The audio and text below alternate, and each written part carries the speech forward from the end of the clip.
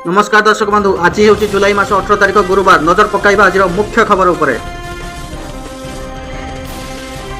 कांग्रेस सह मेंट करिबो बीजेडी, जातीय गणमाध्यम चर्चा आरंभ।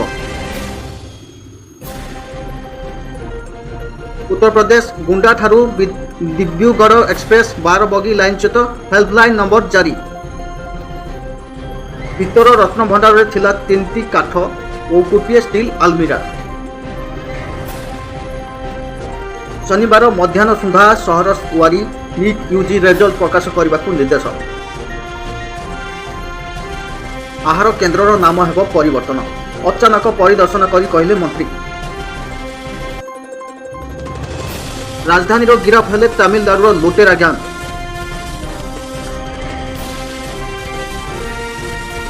उत्तर प्रदेश रे ट्रेन दुर्घटनाग्रस्त, 2 मृत 3 गुरुतर।